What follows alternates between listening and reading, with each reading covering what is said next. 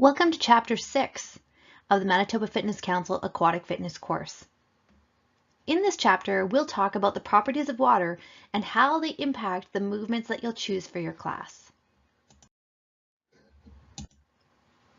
The learning objectives for this chapter include the NFLA Applied Physical Principles of Water. So again, going back to that white folder that you received, pulling out that performance standard document and following along. Applied Physical Principles of Water Performance Standard Number 1. The aquatic fitness leader will describe how the aquatic environment influences the body during an Aquafit class. The competencies surrounding this include describing the physiological responses to variation in air and water temperature and implications for class design, being able to explain the body's ability to thermoregulate and the implications of exercising in the water. Explain the different physiological and psychological responses to exercise in either hot or cold environments. Explain why aquatic heart rates may be lower than land-based heart rates for the same exercise. Also working through performance standard number 2 in that same section. The aquatic fitness leader will be able to describe and demonstrate an understanding of physical properties of water. We want to make sure that you are able to define the following concepts: buoyancy, assisted, supported, resisted; viscosity, gravity; water resistance, drag; propulsion, turbulence; inertia, acceleration, deceleration, action and reaction; leverage, Archimedes' principle; and hydrostatic pressure. In order to do this, we will move through the chapter and looking at different options for how to address each one in an aquafitness class. In an aquatic fitness class, there is an opportunity to use aquatic resistance to increase or decrease the intensity of the movement. On page 83 in your textbook, it goes into greater detail. Water can create a force acting on the body, limiting movement in any given direction. Frontal resistance is a muscular force experienced when moving against the viscosity of water. So viscosity is that thickness of the water that slows your hand or feet down when they are moving through the water. So take your hand out in front of you right now and move it through the air. See how much resistance there is. Not very much. If you put that same hand down in the bathtub or in a pool, you can see that your hand moves much slower even though you're exerting the same amount of energy. The greater the surface area, the greater the frontal resistance.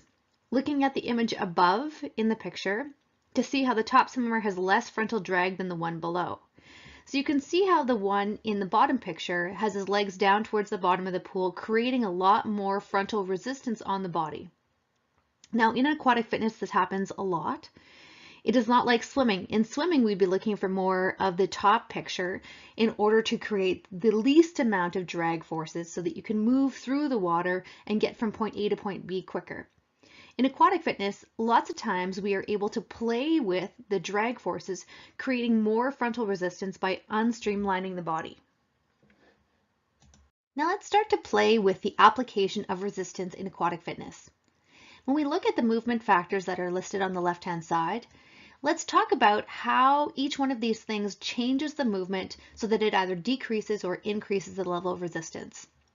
So number 1, we're looking at the speed of movement. This chart is also on page 84 of your textbook. The speed of movement. So think about a cross-country ski. When you slow that move down, you can see that there would easily be a decrease in resistance. The faster you have them move, the more turbulence that's created around the body. Sometimes you can see a little bit of splashing. Sometimes you see kind of white water forming around them. And that's how you can tell that they're moving really fast underneath the water. We're also going to have to pull down the size of the lever length a little bit in order to create an opportunity for a lot more intensity, but it does not increase the level of resistance. So limb length, getting into that. So if we have someone jogging on the spot, for instance, so they're jogging, they have their knees bent, knees are coming up towards the chest, they have a shorter limb length. This is decreasing the level of resistance. If we change that same activity and take it into a long kick to the front, so either keeping the knees or the elbows or both straight, there is going to be an increase in resistance, as the resistance now is for the whole leg as opposed just to the knee to the hip. Range of motion. Smaller range of motion is going to decrease the level of resistance. An increased range of motion is going to increase the level of resistance. Body alignment. We talked about this in an earlier presentation, but having you move in on a narrow path, so having you jog straight forward or jogging straight back, it's going to give you a decrease in resistance. Now, if you had someone doing a jumping jack moving forward, that would increase the level of resistance. So there would be a lot more surface area that would be touching the water and would be creating extra drag forces as you have your participants move through the water. Drag resistance is broken down into a couple of key components. Viscosity, so that's the tension between the molecules of water, then again the thickness of water. Drag is the amount of resistance that acts on an object as it moves through the water. The greater the size of the object, the more drag it will have. If you look at the gentleman on the right, you can see that he is wearing a suit. This is definitely not our recommended aqua fitness attire. But the amount of material that he has on his body is going to create a lot of extra drag. That's why it's so hard to swim when you have clothes on. It can, though, increase the resistance. So if you have someone who either is cold in the pool, if they wear a shirt, for instance, where they have it going down to their wrists, or even a t-shirt, will increase the level of drag that they see while they're participating in a class. Turbulence is that moving choppy water, and lots of times it's in a multi-directional force. Eddy currents are created behind an object as it moves through the water. So it's almost like a slipstream when you are dragging behind a semi. So you're on the highway, you're driving, and you're driving in that slipstream behind the semi. That's kind of what an eddy current does. It kind of pulls things along with it. Now, there's a great opportunity to use that, but also when you cross over that current and move in the opposite direction, it creates a lot of extra resistance. There are some challenges in aquatic fitness environment around resistance training. So we want to make sure that we address these and understand them so that when we plan our classes, we are allowing people to get the most out of the classes that they possibly can. The first one we're going to talk about is lack of eccentric muscular work. So water is excellent for working concentric muscles, but unless tubing or flotation devices like noodles, flutter boards, paddles, or foam dumbbells are used, it's very difficult to get eccentric muscle contractions. Joint forces. Aquatic resistance remains the same if the speed is constant. Clients will normally slow down near end ranges of motion, but remind to adhere to this to protect the joints. So we want to make sure that we are protecting the joints, and also that we understand that the joints move the same in the water, but the load on them is very, very different. Surface tension. So how much are people breaking the surface of the water when they are exercising in the water? So it's going to happen. We have people coming up to the top of the water in the ski. You want them to bring their hands close to the top of the water. When you are using exercise equipment like foam dumbbells, you want to keep the foam dumbbell under the water as much as possible. It's hard actually to break through the surface of the water, especially when you are using any kind of flotation devices, and can be hard on the shoulder and neck joints, as the arms move through the stiffness of water into the ease of the air, or vice versa. It is advised to avoid moving the arms in and out of the water repeatedly, again trying to keep them down, although sometimes people need a break, so you can have them do one of my favorite exercises, the hand bike. So you take aquatic foam bells, and imagine your hands have turned into a bicycle, and so you're rotating those arms in a cycling motion underneath the water. If they find that it's too much for them, they can move down to a lower level of dumbbell. If that's too much for them, they can even move down to no dumbbells. So again, it's about choosing that resistance so that you can keep them safe by keeping the aqua bells or the resistance under the water as much as possible. Core stability. Drag forces, turbulence, eddy currents all challenge core stability because the body is constantly being thrown off balance, which is why it's such a great place to work on balance work. Continue to remind students to engage core muscles and to protect their backs as they move from exercise to exercise. We've all heard the term buoyancy, but do we really understand it? We need to know how buoyancy works in order to be able to use it as in assisted and resisted capacities in our classes. It's something that I never really noticed as much while I was swimming, and until I started in the aqua fitness world, I didn't notice how much some people float and some people don't. The Archimedes principle states that a body in water is buoyant up to the forces equal to the weight of water, volume of water it displaces. What does this mean? Buoyancy is actually the upward force of the water acting against the body to float. So some people float and some people do not. How can we tell who are the people who are struggling and who are the people who are not? Sometimes those people with a lot of lean muscle mass tend to be sinkers. They get in the pool, they cannot seem to keep themselves up at the same level as everyone else. Lots of times even one buoyancy belt will not keep them up to the level that they need to be in order to be able to be in the correct position for exercising. So in this case, you can give someone an extra buoyancy belt and have them kind of be lifted up into a place in water where they're feeling comfortable and able to get the most out of exercises. Someone with a higher body fat composition may be very buoyant. They may have a hard time getting themselves down underneath the water depending on the exercise that you've selected. Lung volume. Those people that have a higher lung capacity may have more air in their lungs and may make themselves more buoyant.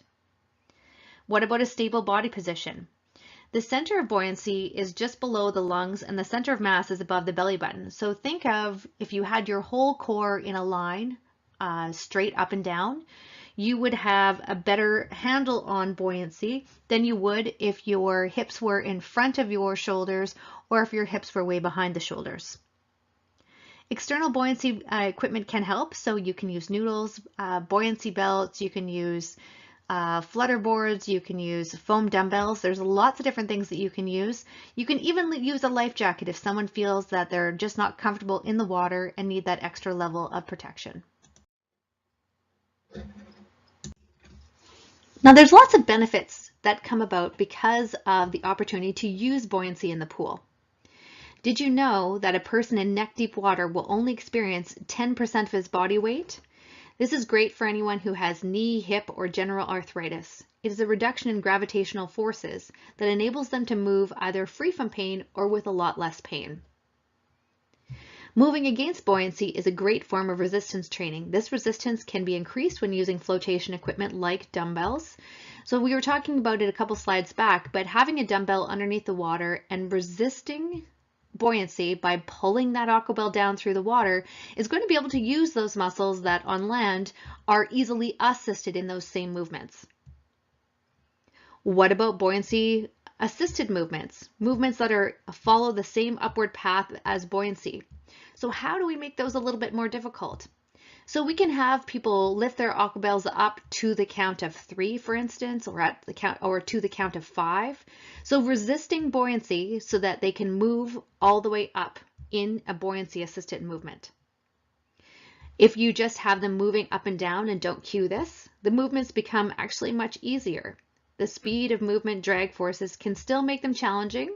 So they're more challenging than just using hands, but at the same point, there's an opportunity to play against the forces of buoyancy on the body and create more opportunity for resistance.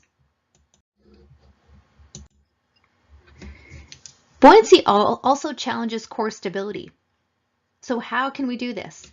We can have people move to the shallow depth of water to be able to perform the exercises with better postural alignment. If we want to keep them in the deep water, in a deep water class, you may need to select a flotation device that will keep them vertical throughout the enormous amount of effort. So using a noodle or aqua bells in these movements to help keep people upright will definitely help in this. Be cautious of exercises selected as the physics of body position, arms and legs may already challenge stability. Again, cueing the core, turning on the core, stacking joints, all of those things, just like on land, are going to help with core stability in the water. There are also, surprisingly, some floating exercises that you can do that show that use core stability as the main focus. So for instance, if you have ever done a boat pose in yoga where you have your knees up towards your chest, you can actually use that same movement in the water, but to work on isometric contractions of the rectus abdominis. Putting the aqua bells underneath the arms or using a noodle, almost like a lounge chair. Pushing the legs all the way out to the full extent, bringing the knees into the chest, and then finding that spot where you feel the abdominals kick in and hold. Now, unlike on land, people can stay here for much longer periods of time, so you have to find ways to challenge them so that they are not just sitting in a space where they are being challenged a little bit, but they could really hold on to it for a half an hour if need be. Sometimes you have the option to play with water depth in a class, or at least understand the different levels of exercises and which exercises work in which ends of the pool is going to be very helpful for you. So there are 3 different water depths that we can consider. We have the deep water, where we have people not being able to touch the bottom of the pool. Usually we have people have appropriate flotation devices, stability belts, aqua belts, that sort of thing in that deep water to help hold them up in that position. We have transitional water depth. Transitional is shoulder depth water. Participants can touch the bottom but are unable to anchor their feet on the bottom of the pool. And then a shallow water class, where we have the client's feet are able to make contact with the bottom of the pool. Again, the best place to have the water is somewhere between the belly button and the nipple height is going to be the best way to keep people so that they are getting the best workout that they can in the water without being too shallow. What I find is that when people are really shallow, the arm workouts that we're using, they either have to kneel way down in the pool or move around so that they are getting the same movement, because otherwise it's mostly an out of the water exercise. So what are some things that we need to consider in order to plan our water depth? Now, sometimes you are assigned a class and you are teaching the deep water class, so you need to understand then what the implications are of the deep water class. But maybe talking to your supervisor and seeing if there's an opportunity for some people who are not as comfortable in the water to be able to participate in the shallow end of the pool. If you have a pool that's completely open to you and it has various levels, you will have people in all different levels of your class.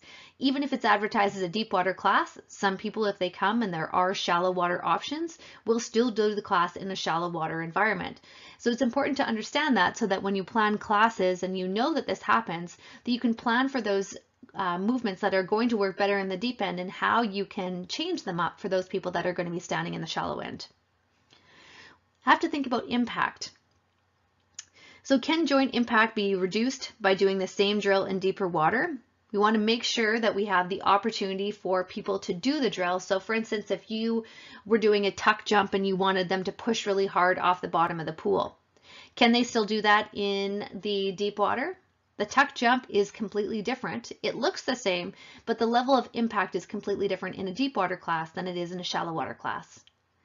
Body weight. Let's look for larger clients and see if they have less joint impact in deeper water. We want to make sure that, again, we have the right exercise for the right people in the right environment. Body composition. Those who have a higher fat percentage may float and have more challenges with stability in deeper water. So what I find sometimes is that if we're doing exercises, like there's one called Suntan Superman. So imagine lying on your back, then you are flipping your legs underneath the body, keeping your head up, and flipping all the way to on the tummy position. I find that people sometimes with a higher fat percentage, at least initially, have a much harder time with this exercise because they have to get their body underneath the water in order to change from front to back. What about the drills? Are they meant to have people travel deeper into the water? Is that okay? Are your clients comfortable with that? For instance, when you are in a suspended ski movement using foam dumbbells, most people move backwards. So this is okay, especially if people are comfortable in the deep water, but it's something that you need to be aware of so that you can cue that. So anyone who's not comfortable moving into deeper water will move into the shallower water. You can have them turn around so that they move into the shallower water. But again, just understanding how the body moves and which movements will push them forward, which movements will push them back, and think about if that was your intended purpose of the exercise. When we're in the water, we have the opportunity to work without gravity. We also have the opportunity to work with part gravity. It depends on where your participants are in the water. Gravity is defined as the downward force acting upon the body. There's more information on page 91 of your textbook. The center of gravity refers to the point around which the weight of the body is evenly distributed. The center of buoyancy is the pivot point which the body wants to float. This is typically near the base of the lungs, so we just talked about this in the last slide. The deeper the water is, the less of an effect gravity has on the body. This will reduce joint impact. So looking at a deep water class, like the lady in the picture here, looks like she's probably in a deep water class. She has her feet down towards the bottom of the pool, does not look like they're coming all the way down to the bottom. So she would be in the category that would have 90% of the gravity removed. She's also using those red things that she has on her hands. Those are a piece of aquatic equipment that's not used very much here in Manitoba, but basically they're like a cage, so they create extra resistance around the hands.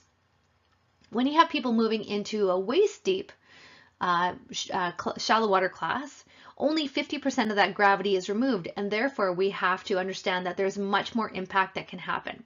So as people come to the class, if they complain about impact on the knees, you want to have them move back in the pool only to the level that they're comfortable. In a shallow water class, you want to look at the opportunity that rebound exercises can impact on large joints. So knees, ankles, hips. It would be less than in the air because we have still 50% of the gravity removed, but depending on if people have issues in those joints, you want to cue them again to move to the deeper water. You may also want to recommend that they buy some really good aqua shoes. So you can buy anything from the ones at Walmart for 10 bucks.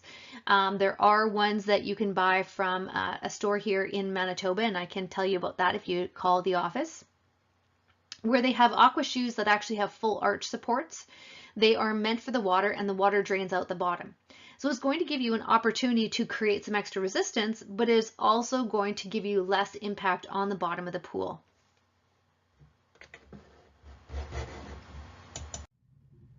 It's important to understand Newton's laws of inertia, acceleration, action, and reaction as they apply to the pool environment. What is the law of inertia? The law of inertia, a body at rest will stay at rest, and a body in motion will stay in motion. This means that as people move through the pool, starts and stops are going to be much more difficult for them than they are on land. It takes a lot more push to kind of get themselves moving. So if you have them jogging across the pool in one direction, the body is moving in that direction. You can have them change directions by stopping or starting. Doesn't mean we can't do it, but just needs to understand what the implications of that are. It is also more challenging for them to change directions. So say you had them jogging forward and backward, then you had them moving side to side. That change in direction, especially in the water, is going to create extra challenge for the participant. What about the laws of acceleration in the water? The speed of the body depends upon the amount and direction of the force applied to it.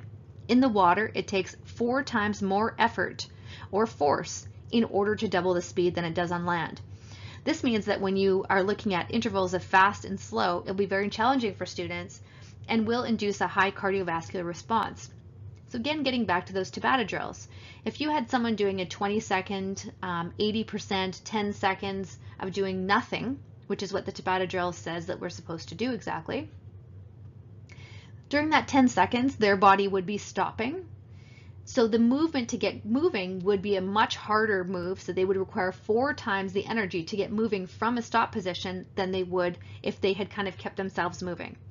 So you have to think about that. So if you have new exercisers and you are doing Tabata drills, you may want to just have them do a smaller version of the exercise or slow it down during those rest periods as opposed to stopping completely because it's going to take them just that much more to kind of get moving again. What about torque and rotational forces on the joints? We're talking about knees and backs, hips, shoulders, elbows. They are increased with directional changes and sudden stops or starts. It's important to cue clients with musculoskeletal, loose or weak joints, or those who are pregnant.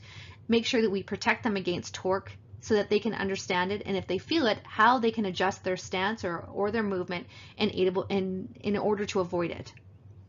It is also important to let taller or larger clients know that the laws of inertia and acceleration affect them relatively more so. Shortening the lever and reducing speed will help them with this. What about the laws of action and reaction? So when you push against the water, there's an equal pushback. This explains how rebounding off the bottom of the pool works. You exert a force downward that results in an equal explosion upwards. This law helps us to understand how the water provides resistance, and that the more you push into the water, the more resistance forces it will give you. Just like how a boat moves through water, it's important to teach arm movements that complement the leg movements and help with body alignment while taking into consideration these laws.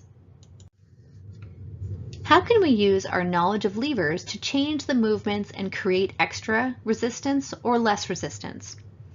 Our joints act as fulcrums and the muscles surrounding the joints create the force to do the work. The longer the limb, the more work. The longer the lever, the body works harder.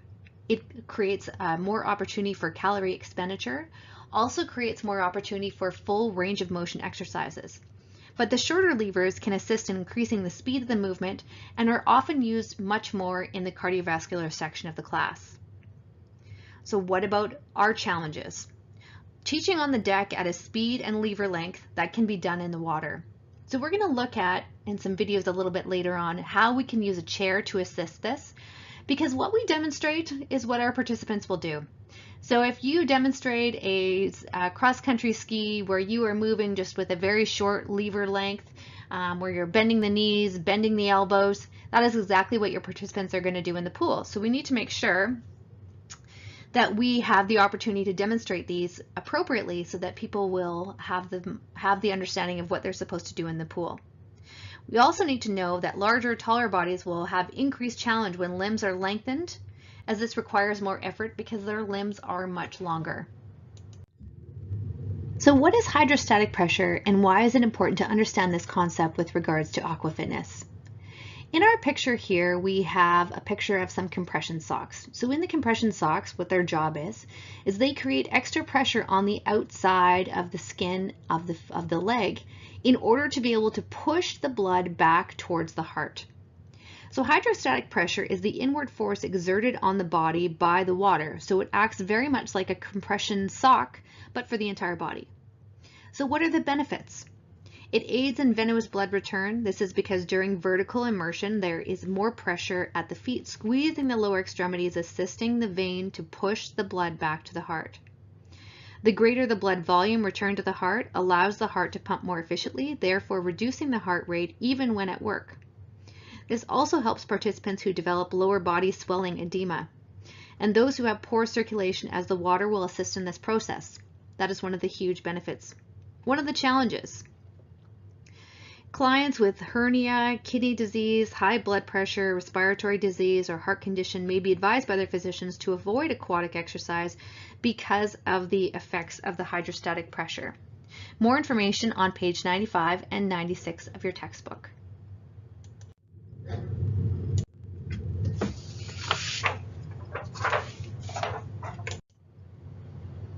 As aquatic fitness instructors, there's often not an opportunity for us to weigh in on things like pool temperature.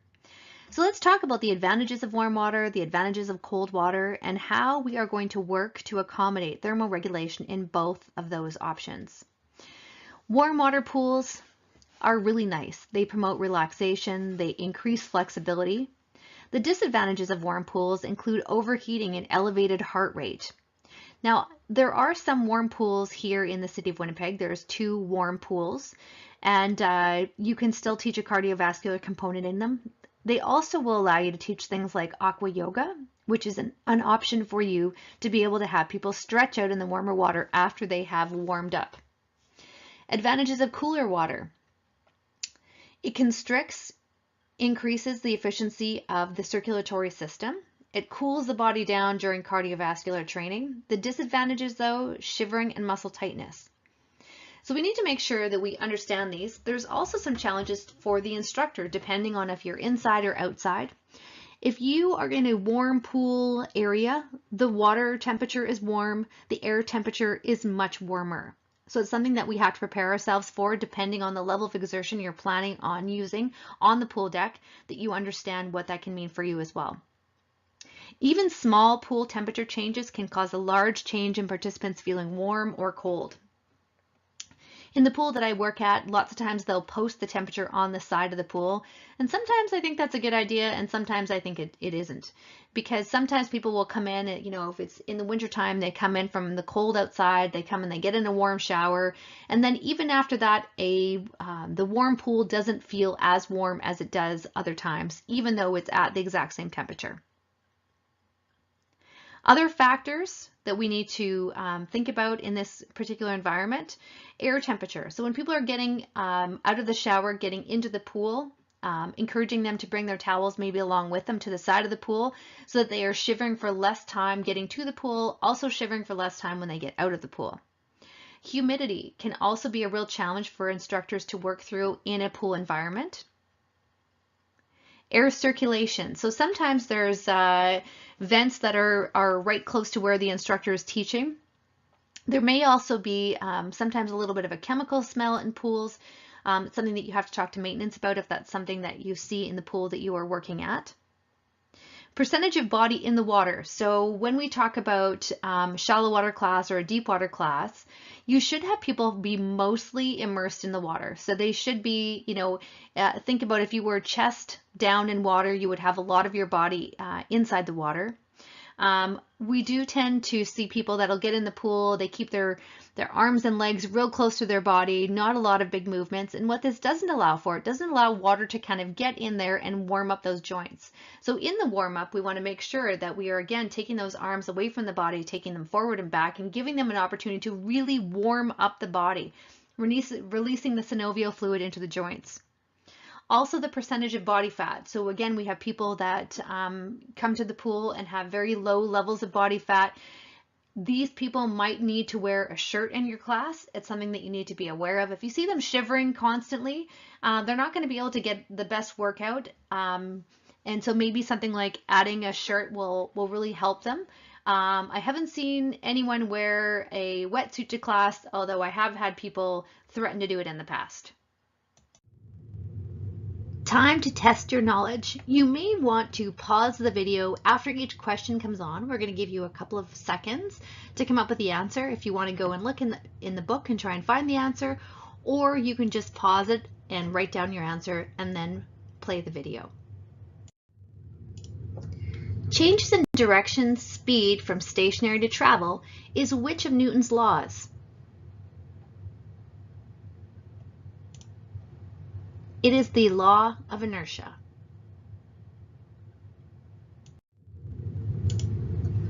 The speed of the body depends upon both the amount and direction of the force applied to it.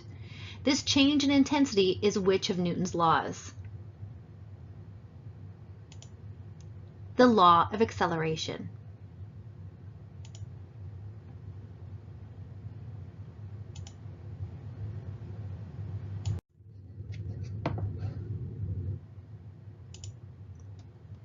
What are the 4 hand positions that can be used to create resistance with your arms in a aqua fitness class?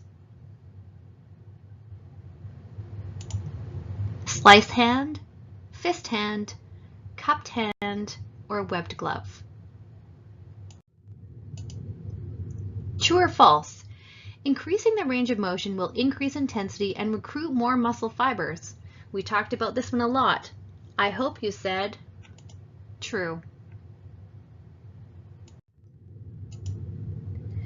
True or false? Water is a better conductor of temperature, and this is why participants get cold.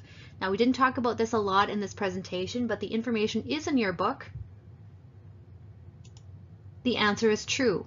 Water is a better conductor, and this is why even with small temperature changes, they can have a great effect on the participants. True or false? Transitional depth is chest deep water. I hope you said false. Transitional depth is actually shoulder depth water, where keeping both feet on the bottom of the pool is going to be difficult for your participants. True or false? Last one. At neck deep water, you feel 90% of gravity. This is false. You only feel 10% of gravity, but 90% of buoyancy. If you want to get ready for the next webinar, you can read Chapter 7 before progressing to that chapter.